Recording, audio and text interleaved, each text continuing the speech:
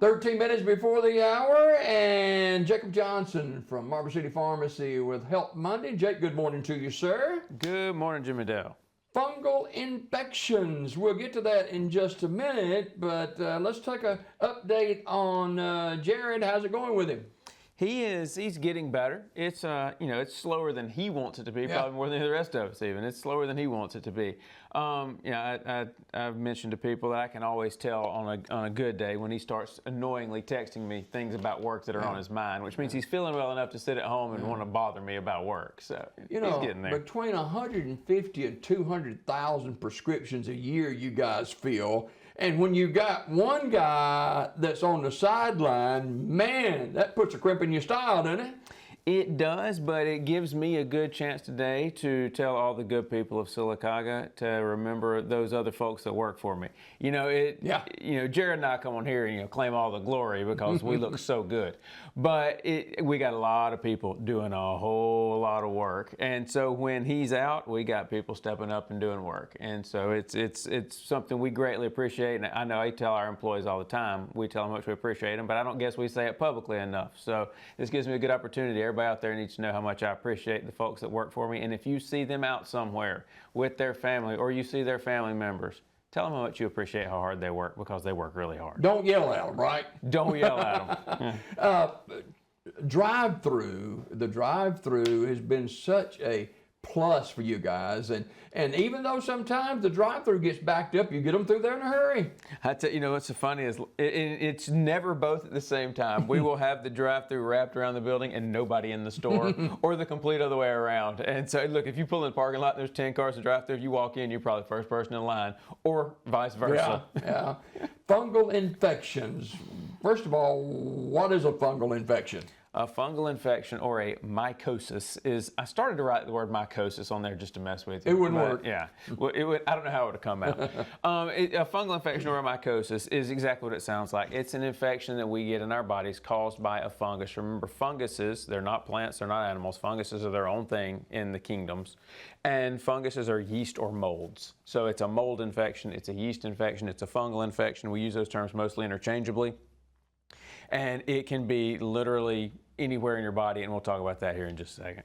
I guess there are different types as well. Lots of different types, and it's based on where it is. And so, honestly, there's not a place that you could point to on the human body, in or out, on the exterior or interior, that can't get a fungal infection. But there's, people say out there, they're watching, I don't know a lot about fungal infections. Honestly, you probably know a lot more than you think, because I'm about to name some of them and where they are. On your skin and the mucous membranes, slightly inside your skin, like your mouth, ringworm is a fungal infection. Not to be correct, jock infection is a fungal infection. Vaginal yeast infections, those are fungal infections. Cradle cap in babies. Even adults get scalp infections. A lot of these are fungal infections, very, very common.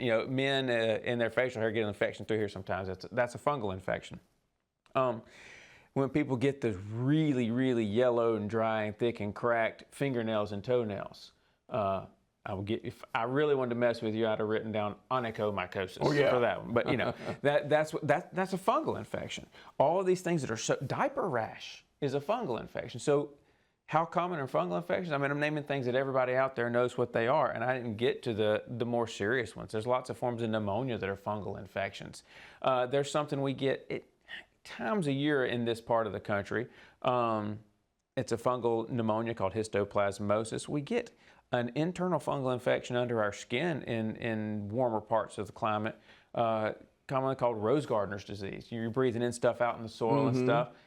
That's a fungal infection. And so when you say fungal infections, people think about, I don't know anything about that. That's not something I deal with. But then when you start talking about what all fungal infections are, you realize you've had one, your neighbor's had one, everybody's had one. Sometimes they're super minor, sometimes they're super major, but all these are fungal infections. Oh, and I forgot a super common, we deal with every day, thrush. You get thrush in your mouth. That's a fungal infection. Fungal infection, causes and symptoms of fungal infections. It sounds super overly obvious to say, well, fungal infections are caused by funguses. But the fact of the matter is They're in the dirt. They're in the ground. They're on our bodies all the time. They're in our bodies all the time. We have fungus that grows inside us all the time in a perfectly normal, healthy way more often than not. And so we get them when either we are exposed to the ones outside or the ones on or in us grow too much. And ways that can happen. Damp public spaces, gyms, locker rooms, things like that. That breeds fungus. Lots of fungus on all the surfaces there. If you have a cut on your skin, you go out there digging and you planting your spring flowers and everything else, you very likely going to get a fungal infection on your skin. If you work in an environment where you have to stay sweaty, hot, or damp all the time, there's a good chance you're going to get a fungal infection. But then, one of the ways that people present to us most often with them is, hey, I had a sinus infection. Went to the doctor, took an antibiotic, and then right after that I got another kind of infection. I had to take another antibiotic. So I've been on antibiotics for a little too long. Well, antibiotics killing the bacteria in your body, honestly making those otherwise healthy funguses in your body a lot more able to grow. And the next thing you know, you've got a fungal infection that's kind of out of control because you took away their competition for life and food, which was the bacteria that you kill with antibiotic. And so, it's this cycle. And now you got to treat a fungal infection. And so you can get them from contact, but you can get them from the dirt. You can get them from somebody else. You can just get them from taking something that lets them grow more. It's not in my notes, of course. That's okay. I didn't make good notes. But clipping one's nails. Okay. Sometimes I'll clip my nail too closely. And sometimes it will get irritated, and if I'm not careful, if I'm doing a lot of things, it can cause a fungal infection or something like that as well. It can cause multiple types of infection. So you cut it too close, it starts growing back into the side here. It kind of makes what, for lack of a better term, we'd call a cut. Okay, now you have broken skin. So, skin bacterial infection, can't even talk this morning, strep, staph, absolutely. Yeah. Fungal infection from the skin, the dirt, things I touch, absolutely. All those things are possible. So it's not always a fungal infection when you get that infected, but it's an infection, absolutely. So how do we treat it? How do you treat these things? It would be too obvious to say antifungal medications, but honestly, that's the answer. Sometimes they're prescription. You got to get a pill or different types of pills that treat fungal infections, especially if they're internal. But most of them we can treat, with over the counter. They're not hard to treat. You come in, you say, I got this fungal infection. We talk about it. We go out to the shelf. There's a lot of creams out there. Honestly, if you spend more than $10 on an antifungal, then you spent too much. These are not expensive things. They're easy to get. They're easy to afford. They're easy to apply. But we just have to sell a whole lot of them because these are so common. We come into the store and we don't know we got a fungal infection, and we're asking, well, what is this? I teach all of my pharmacy students that rotate through the pharmacy. In Alabama, if it's between about May and September and somebody wants to show you a rash, 9 times out of 10, you don't have to look. It's a fungus.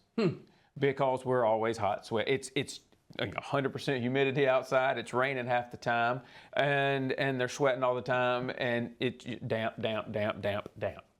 And so, listen, it's a fungal infection. That's what I tell my students. So when somebody comes in, hey, I've got a rash. It's red. It itches real bad. I get hot. It itches a whole lot worse. It gets a lot redder.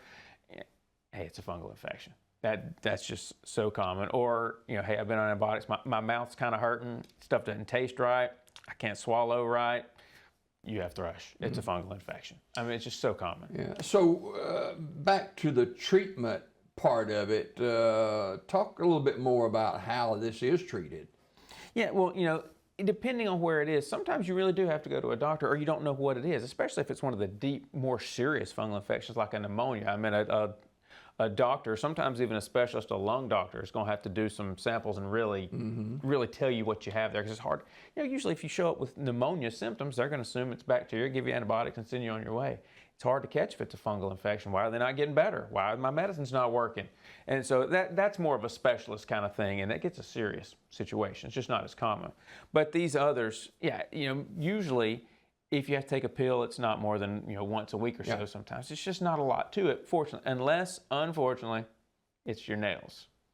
It takes about 12 weeks from this spot you see touching your skin right here to get to the end of your nail and become the end of your nail growing outward. It takes about 12 weeks, which means if you got a really good, nail fungal infection, you got to treat for 12 weeks because that's the only way to get rid of it with pills that are prescription. And so that gets annoying. The over-the-counter, paint your nails with this antifungal, they help a little bit, but that's not really going to solve your problem. Yeah. So usually it's treating for a pretty good amount of time to get it to go away. But again, more often than not, pretty cheap and easy. Yeah. And you guys are ready to help whomever may be dealing with a fungal infection. Absolutely. All right, absolutely. Man. Appreciate you coming this morning, and we miss Jared. He'll be back with us before too long, we know. And he better be. Oh, yeah, yeah. Jacob Johnson from Marble City Pharmacy, our guest this morning on Health Monday. Appreciate you watching Daybreak. We'll see you again tomorrow morning.